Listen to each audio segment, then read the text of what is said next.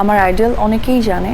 প্রথমে অবশ্যই আমার মা, তারপরে আমাদের বাংলাদেশের মাননীয় প্রধানমন্ত্রী, আমাদের মমতাময়ী মা শেখ হাসিনা।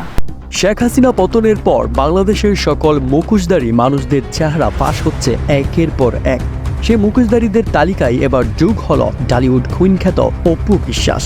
বৈষম্য বিরোধী ছাত্র আন্দোলনের সময় অন্য সকল সেলিব্রিটিদের মতোই অপু বিশ্বাসও চুপ ছিলেন, ছাত্রদের পক্ষে কোনো কথাই বলেননি, এমনকি একটা পোস্টও দেননি অপু বিশ্বাস। কিন্তু ভাই, হাসিনা সরকারের পতনের পর সে দেশের মানুষের পক্ষে পোস্ট দিয়েছেন এবং দেশের মানুষদের পক্ষে কথা বলেছেন। দ্যাটস ওয়াই যাতে মানুষজন তাকে গ্রহণ করে নেয় নতুন রূপে। কিন্তু কথায় আছে না, শাক দিয়ে মাছ ডাকা যায় না, ঠিক তেমনই অপু বিশ্বাসও শাক দিয়ে মাছ ডাকতে গিয়ে ধরা পড়লেন পুরনো একটি ইন্টারভিউর জন্য। অপু বিশ্বাসের পুরনো একটি ইন্টারভিউ বর্তমানে সামাজিক যোগাযোগ মাধ্যমে ব্যাপক ভাইরাল। সেই ইন্টারভিউতে উপস্থাপিকা অপু বিশ্বাসকে প্রশ্ন করেন, আপনি আপনার একজন আইডলকে কপি করে একটু অ্যাক্টিং করুন যাতে দর্শক বুঝতে পারে আপনার আইডল কে।